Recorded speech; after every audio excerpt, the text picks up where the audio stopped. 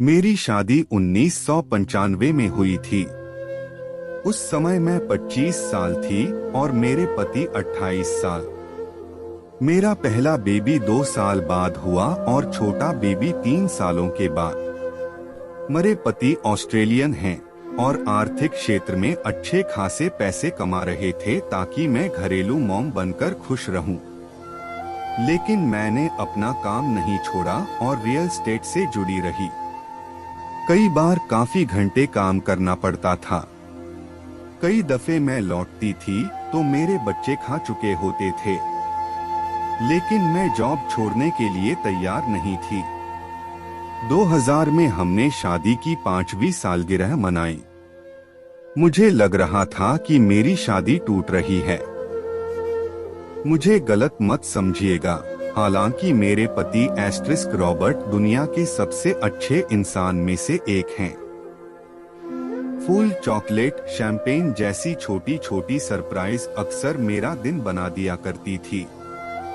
लेकिन मैं बहुत ज्यादा इस पारिवारिक जिंदगी से बोर हो रही थी जो मुझे बांधे जा रहा था। शुरुआत में मैंने विदेशों में नौकरी के लिए आवेदन करना शुरू किया ताकि मैं 1 साल के लिए अपने परिवार से दूर रहूं, जिसका मैं जबरदस्ती हिस्सा बनी हुई थी। मैंने अपने इस प्लान पर काफी मेहनत की और तब मुझे लग रहा था कि किसी भी हाल में ये करना है। ये स्थिति तब तक थी जब तक मेरी मुलाकात जेक से नहीं हुई थी। डिंपल वाली स्माइल, दमदार आवाज और वो रहस्यमय निगाहें, जैक किसी ग्रीक गॉड से कम नहीं लगता था। वो बुकिट तिमा में एक अपार्टमेंट चाहता था और मैं उसकी मनपसंद एक अपार्टमेंट खोजना चाहती थी। जैसे जैसे हम अधिक अपार्टमेंट देखने के लिए मिलने लगे, मैं 2 बातें महसूस की। पहली बात, वो इतने सहजता के साथ मिलता था कि हम चाय कॉफी साथ में पीते थे।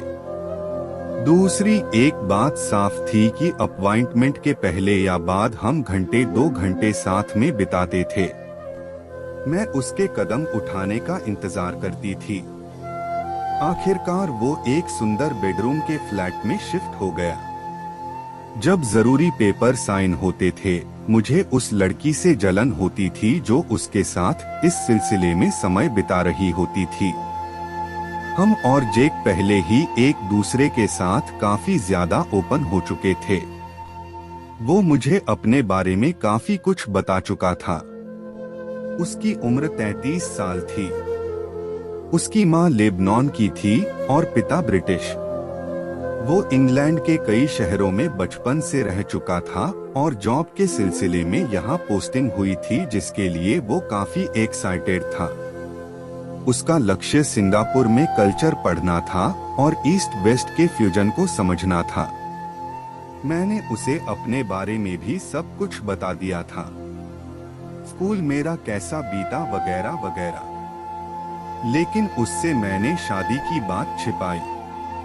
मैं हमेशा अपनी रिंग पुरुष क्लाइंट से मिलने से पहले उतार देती थी।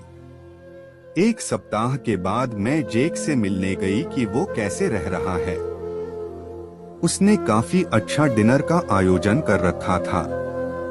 हमने अपने अपने सपनों के बारे में बताया। खाने के बाद डिजर्ट के साथ साथ उसने कुछ मेरे हाथों में रखा।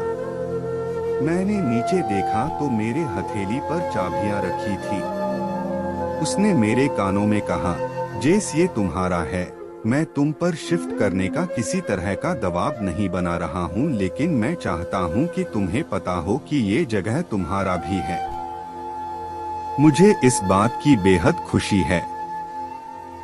वो बेहद आनंदित था और मैं उसके ये शब्द सुनकर 7वें आसमान पर थी।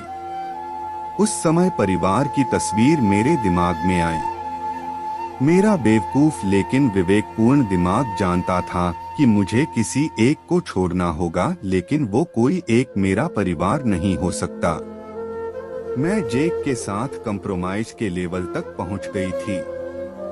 मैं ज्यादातर काम के दिनों में शाम में उसके यहाँ जाती थी और पूरी रात बिताती थी। अपने पति को झूठ बोलती थी कि मैं अपने महिला मित्रों के साथ रात में रुकी थी। रॉबर्ट कभी भी इन सब चीजों को चेक करने नहीं जाता है, इसलिए मुझे पता था कि मुझे अपनी किसी भी दोस्त को ये सब बताने की जरूरत नहीं है। जब भी मुझे रॉबर्ट स्माइल कर देखता था या बाहों में लेता था, मैं खुद को अपराधी समझने लगती थी और तुरंत उसके साथ बेड पर चली जाती थी। हम दोनों तब किसी जंगली जानवर से कम नहीं होते थे। मैं अपराध बोध में तो रॉबर्ट अपनी पत्नी के साथ आनंदित होता था। 2 महीने के बाद जेक क्रिसमस पर अपने घर जा रहा था और मुझे भी अपने साथ चलने के लिए बोला। मैंने किसी तरह जरूरी प्रोजेक्ट का बहाना बना दिया। जब वो वहां था तो मुझे सबसे बड़ा झटका लगा कि मैं प्रेग्नेंट थी। इस बात की अनिश्चितता मुझ में बेबी से भी ज्यादा बढ़ती जा रही थी कि बेबी किसका है। जेक क्रिसमस के कुछ दिनों बाद वापस लौटने वाला था और मुझे कोई एक विकल्प चुनना था कि बेबी के साथ सब कुछ छोड़ उसके साथ चली जाऊं या फिर बेबी को परिवार के सदस्य की तरह लेकर आऊं। रॉबर्ट और जेक दोनों गोरे रंग के थे, तो मुझे पता था कि किसी को भी बेबी के जन्म के बाद कुछ भी पता नहीं चलता। मैंने एक फैसला लिया और अपना नंबर बदल लिया। अब मेरा बेटा एडेन 2 साल का हो चुका है।